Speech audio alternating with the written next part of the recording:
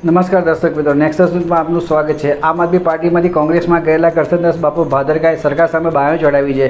તેમણે જણાવ્યું કે સરકાર સિંહની આડમાં ગીરમાં જે સીલ મારી રહી છે એ ખોટું છે। પ્રવાસીઓને હવે 1-2 હજારના બદલે 10 થી 20 હજાર રૂપિયા રાત્રિનો રોકાણનો ખર્ચો થશે। મોટા એકમો પ્રત્યેનો સરકારનો પ્રેમ નાના એકમોનું તેલ કાઢે છે। હજારો લોકોની રોજગારી બંધ કરવાના ધંધા સરકાર કરી રહી છે। સરકારે સિંહનો કાગળ પર નહીં પણ વાસ્તવલક્ષી રીતે સમજવા જરૂરી છે। સરકાર ભારતીય સંસ્કૃતિ, આંગણા ધર્મ અને આસરા ધર્મનું કાયદાની આડમાં અપમાન કરી રહી છે। જંગલ ખાતું સરકારે ઘાસ કાપવા માટે જ રાખ્યું છે। પ્રવાસીઓ હેરાન થાય એવું સરકાર ઈચ્છતી હોય તેવું પરોક્ષ રીતે લાગી રહ્યું છે। સરકાર શા માટે મોટા અજગરોને સાચવવા માટે નાના માણસોને હેરાન કરો છો? કાયદા પ્રમાણે ચાલવું હોય તો સરકાર ગુજરાતમાં ખૂણે ખૂણે એવું થઈ રહ્યું છે જે ન થવું જોઈએ, ત્યાં કેમ ચૂપ રહ્યો છો? તો દર્શક મિત્રો, આ અંગે વધુમાં શું કીધું કરશનદાસ બાપુ ભાદરકાએ એ આપણે સાંભળીએ। સિંહના નામે સરકાર શાસન એની આસપાસ અને ગીરમાં સીલ કરવાનું કામ અત્યારે કરી રહી છે। કાયદો આગળ કરીને ક્યાંક ને ક્યાંક નૈતિકતાને તોડી રહી છે। વાત સિંહની કરે છે, સિંહની રંજાડની કરે છે, તો મારે સરકારને પૂછવું છે કે તમારું ફોરેસ્ટ ડિપાર્ટમેન્ટ શું ઘાસ કાપવા માટે રાખ્યું છે? ખેડૂતનો દીકરો આંગણા ધર્મ, આશરા ધર્મ, ભારતીય સંસ્કૃતિ પેટે બે મહેમાનોને પોતાને ત્યાં આશરો આપે અને મહેમાનોની સગવડતા પણ સચવાય અને ખેડૂતોને પણ 2 પૈસાની આવક થાય, તો તમારું જાય છે શું શહેરોમાં દુકાનો ભાડે નથી અપાતી? ઘર ભાડે નથી અપાતા? અપાય છે। તમે ક્યાંક ને ક્યાંક સિંહને અહીંયા આગળ કરો છો। એક બાજુ તમે ટુરિઝમને ડેવલપ કરવા માટે ગીરની વાતો કરો છો। શાસન સુધી રાષ્ટ્રપતિથી લઈને મોટા મોટા નેતાઓ લાંબા થાય છે। વન ટાઈપ્સ ઓફ માર્કેટિંગ થાય છે, એટલે લોકો ઉત્સાહમાં ને ઉત્સાહમાં ગીરનો માહોલ માણવા માટે રજાઓમાં ગીર બાજુ આવે છે અને સરકાર એવું ઈચ્છે છે કે જે ટુરિસ્ટ ગીરમાં આવે એ હેરાન થવો જોઈએ। હજારોની સંખ્યામાં જયારે ટુરિસ્ટો અહીંયા આવે છે અને એક બાજુ તમે મોટા લોકોને સાચવવા માટે, મોટા એકમોને સાચવવા માટે ક્યાંક ને ક્યાંક કાયદો આગળ કરીને જે ખેડૂતો, જે ગામડાના લોકો પોતાના ખેતરમાં 2-5 રૂમો બનાવીને આ ટુરિસ્ટોને આશરો આપે છે, એને તમે સીલ મારો છો। આવું ન હોય સરકાર।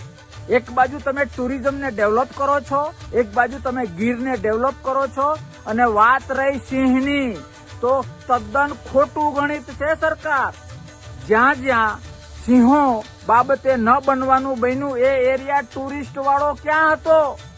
જંગલોમાં જયારે સિંહે લોકોને વિખાય એ ટુરિસ્ટ એરિયા ક્યાં હતો?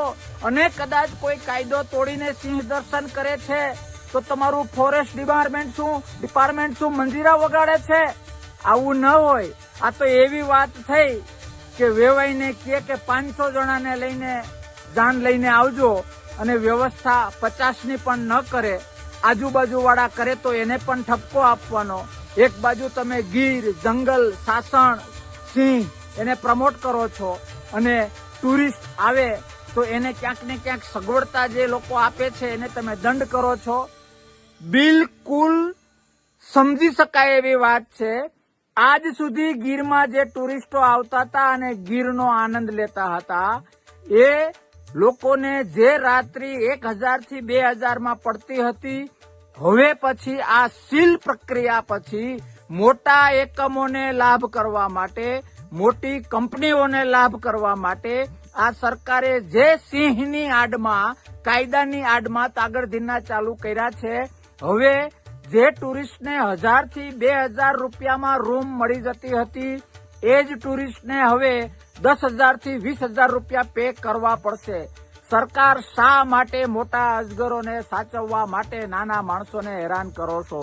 સરકાર શા માટે સિંહને આગળ ધરીને બિનજરૂરી ખોટા કાયદાઓ બતાવીને તમે નાના માણસોને, નાના એકમોને હેરાન કરો છો? કાયદા પ્રમાણે ચાલવું હોય સરકાર તો ઘણું બધું છે। વ્યસનોનો પ્રવાહ હોય, દારૂનો પ્રવાહ હોય, અનૈતિકતાનો પ્રવાહ હોય, અન્યાયનો પ્રવાહ હોય, એવું ઘણું બધું છે। મહેરબાની કરીને આ બાબતે સરકારે સરકારનો ધર્મ નિભાવવાની જરૂર છે। એક બાજુ તમે હોમસ્ટેના નામે મોદી સાહેબ મોટું નામ કમાઈને ત્યાં ગયા છે સગવડતા આપવા માટે, એક બાજુ તમે ટુરિસ્ટોનો એક પ્રવાહ આ બાજુ આવે એવા પ્રયત્ન કરો છો, તો શા માટે એવું ઈચ્છો છો કે જે ટુરિસ્ટ આવે એ ગીરમાં આવીને હેરાન થાય? અને આજે તમે સીલ મારવા જઈ રહ્યા છે.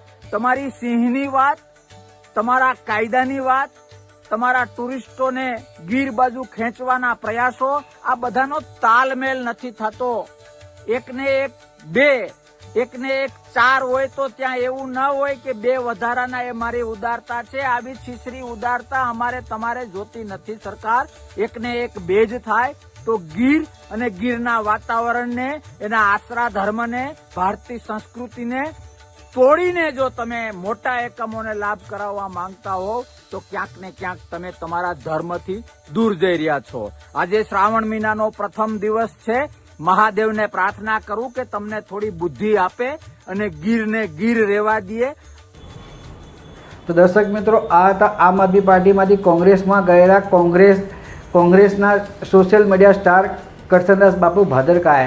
તેમણે ગીરમાં જે પ્રવૃત્તિ ચાલી રહી છે તેને લઈને સરકાર સામે બાયો ચડાવી છે અને તેમણે પોતાનું મત અને મંતવ્ય રજૂ કર્યું છે. તો દર્શક મિત્રો, આ અંગે આપનું શું મંતવ્ય છે તેમને કોમેન્ટ બોક્સમાં જરૂરથી લખીને જણાવશો. દર્શક મિત્રો, આ અહેવાલને આપ અમારી ફેસબુક ચેનલ પર જોઈ રહ્યા છો તો તમે અમારા ફેસબુક પેજને ફોલો કરો. ઇન્સ્ટાગ્રામ પર જોઈ રહ્યા છો તો તમે અમારા ઇન્સ્ટાગ્રામ પેજને ફોલો કરો.